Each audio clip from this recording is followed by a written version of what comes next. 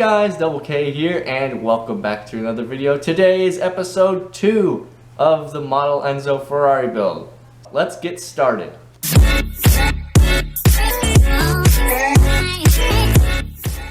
Alright, so basically what we're going to be doing in this episode is putting the engine onto the bottom of the car. We're going to be putting the rear frame on the bottom of the car. And also, we're just going to be building around that, adding the exhaust and whatnot. So, that's basically the plan.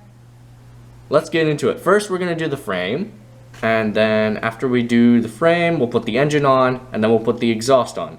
The exhaust, I'm thinking, is going to be hard because if you remember in my last video, the exhaust did not go well on the engine. So, I don't know how easy or hard this is going to be. But let's do the frame, and then we'll put the engine on.